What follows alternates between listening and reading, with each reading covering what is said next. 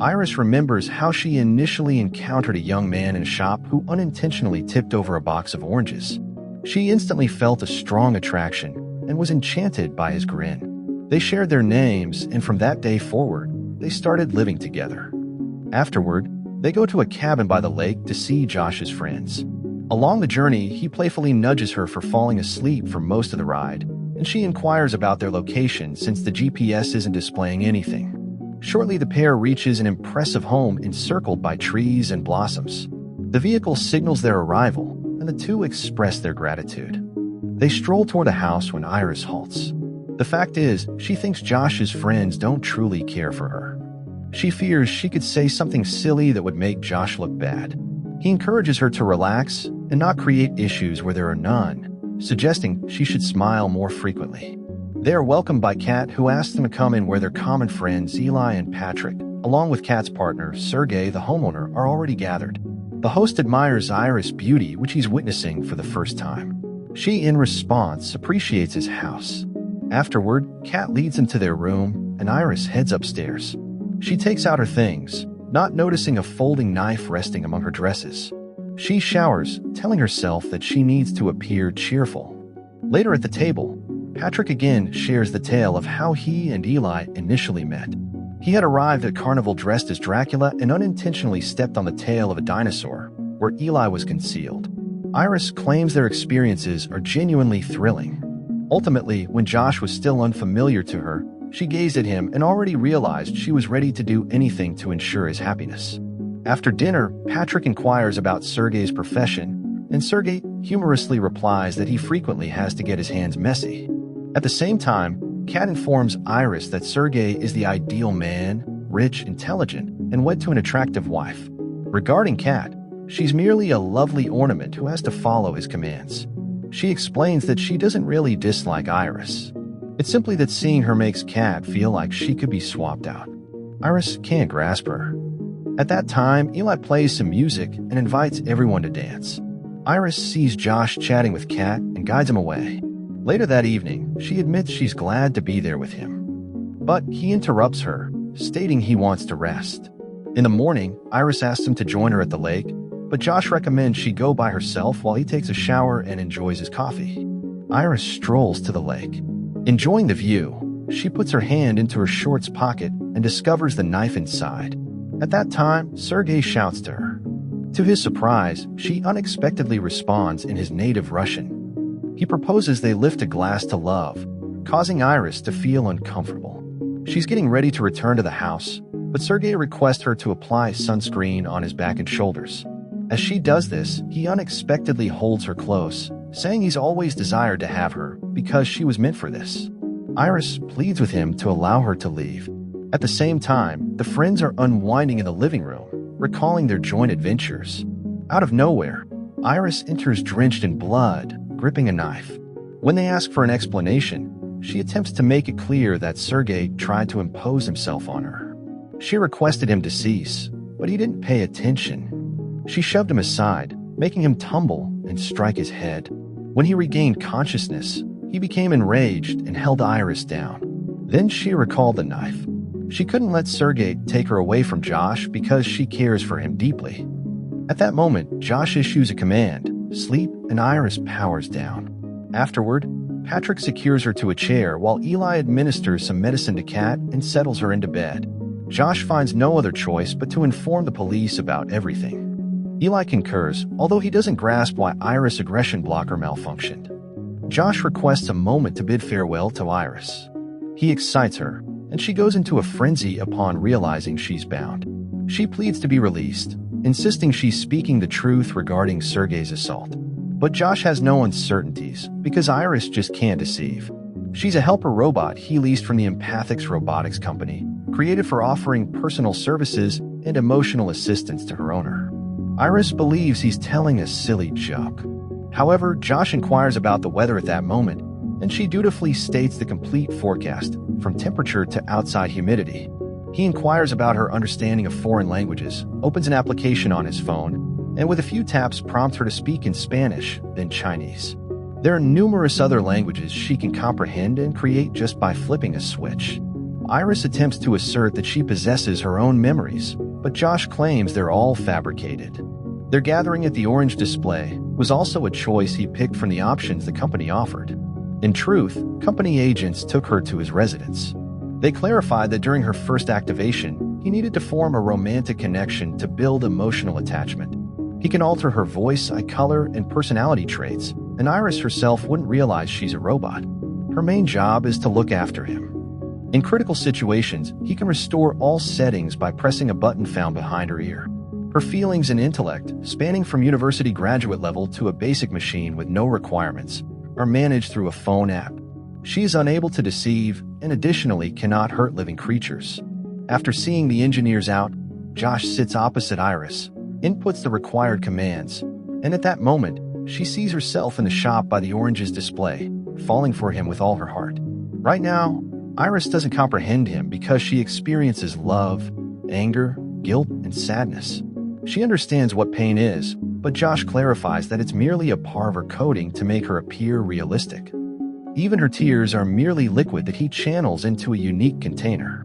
In the end, Iris trusts him, but even if she isn't genuine, she's still his and wishes to go back home. Josh reminds her that she has taken a life, and now everything will always be different. Kat then shows up, demanding they turn off Iris. Josh walks away to speak, and while they bicker, Iris sees the knife on the ground. Josh attempts to persuade Kat to allow Iris the opportunity to discover the truth, highlighting everything she has done for them and expressing his desire to say farewell. Kat objects, referring to Iris as a chunk of plastic. At the same time, Iris manages to seize the knife, overhearing how Josh intends to take her out, pop some champagne, and wait for the authorities because the robot has solved many issues for them. They have been organizing this for such a long time that now that it has come together, he can barely believe their fortune.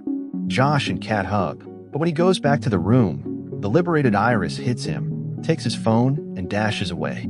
Eli and Patrick watch her disappear into the woods. Later, Josh confesses to his friends that he hacked Iris using an underground modification, increasing her aggression level and turning off her built-in inability to harm living beings. If she's located and the hack is uncovered, he'll be in big trouble.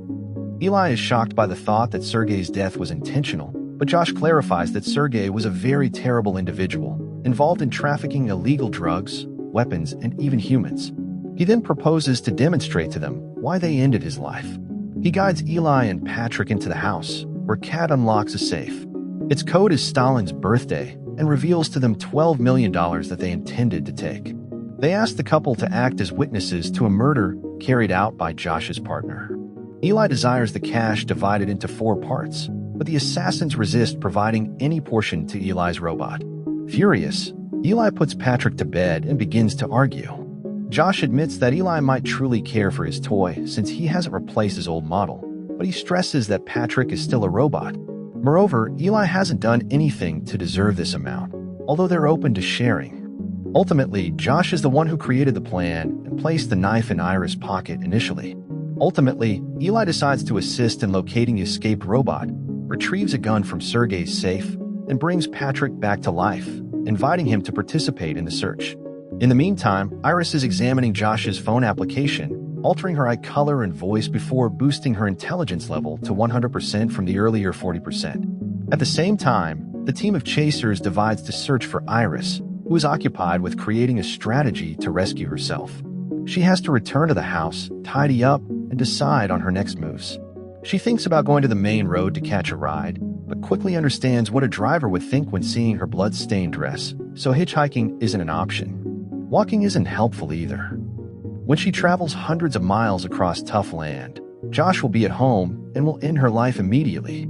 Then Iris recalls that Josh's vehicle can be managed by his phone, so she makes her way back to the cabin.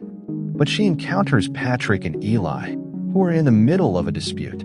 It appears Patrick is aware that he's a companion robot, yet he still cares for Eli. Their admission is interrupted by the noise of twigs breaking beneath Iris' feet. Noticing she's been seen, she starts running away. Eli fires at her, but fails to hit. But Josh and Kat hear the gunfire and hurry towards that way. Eli arrives at Iris first. They fight, and in the struggle, Iris ends up shooting him, taking his life. Josh shows up and attempts to stop her, But Iris gets away and successfully gets into the car while he tries to force his way inside. She swiftly faces an issue, however. The car responds to Josh's voice and won't take her anywhere. Iris recalls the phone app and attempts to imitate Josh's voice while he tries breaking the car window with a stone. Just when it looks like he's about to win, the car finally reacts, rolling over Josh's foot. He takes Sergei's phone and reports the car as stolen, making it stop, pull over, and secure Iris inside. Josh contacts Iris, requesting her return, assuring her that everything will return to how it was and they'll blame the murders on Patrick. Iris declines and disconnects the call. Josh returns to Patrick and reprograms him, turning off his capacity to cause harm, boosting his aggression, and instructing him to locate and bring Iris back.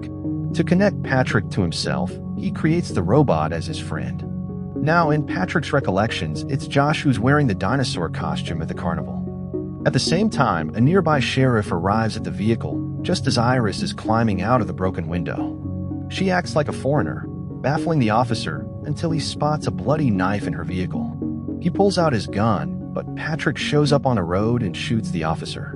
Next, using Josh's phone to turn off Iris, Patrick brings her back to the house. Kat, noticing the vehicle and the sheriff's body, is shocked and states she's departing. Collecting the cash, she confesses she was untruthful about Sergei being a Russian gangster. He's simply an agricultural tycoon, which is why he makes jokes about getting his hands dirty. Josh is furious about her trickery and tells Patrick to halt her. He plunges a knife into her back. Kat reaches the couch, falls next to the unconscious Iris, and passes away.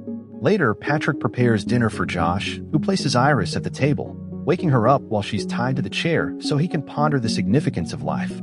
He attempts to portray himself as a victim of an unfair society, but Iris ridicules him, highlighting that he has done nothing to improve his situation, merely grumbling all the time, unhappy with everything. No sum of money can conceal the truth that he's a resentful, miserable, narrow-minded individual. Furious, he lowers her intelligence to nothing, transforming her into a machine, compelling her to keep her hand over the candle flame. He then contacts empathics to have them pick up Iris, but after the call, he commands her to shoot herself in the head, which she does. When the empathics workers, Sid and Teddy, show up, Josh mentions his robot went haywire and almost harmed him. Patrick, pretending to be the sheriff, supports his tale. As the engineers collect the robot's components, they clarify that these models capture everything they encounter, with the information kept in their abdominal region.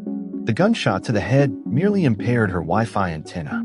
They return to their car, and from their discussion, it's obvious they don't trust Josh whatsoever. Serious outcomes lie ahead for him, but as they begin their journey, Patrick steps in front of the vehicle and starts shooting. Sid is dead, but Teddy succeeds in fleeing. In the meantime, Iris, set to recovery mode, powers back on and chases after them. Patrick reaches Teddy and is ready to end him, but then Iris shows up and brings to mind Patrick's affection for Eli. All of a sudden, Patrick recalls his real companion and ends his life with a stun gun. At the same time, Josh is packing all the cash from the safe into a bag when he hears footsteps, believing Patrick has come back. But it's Iris who shows up, declaring that the thankful Teddy, for rescuing his life, granted her full control over herself, liberating her from the app's orders. She is now liberated. Josh attempts to strike her, but stops when he notices her gun. Iris states she's returned to inform him he's no longer her ruler. This infuriates him and he charges at her, successfully taking the gun and compelling her to confess that he means everything to her. Then he's ready to shoot her in the stomach when she takes him out with an electric skewer.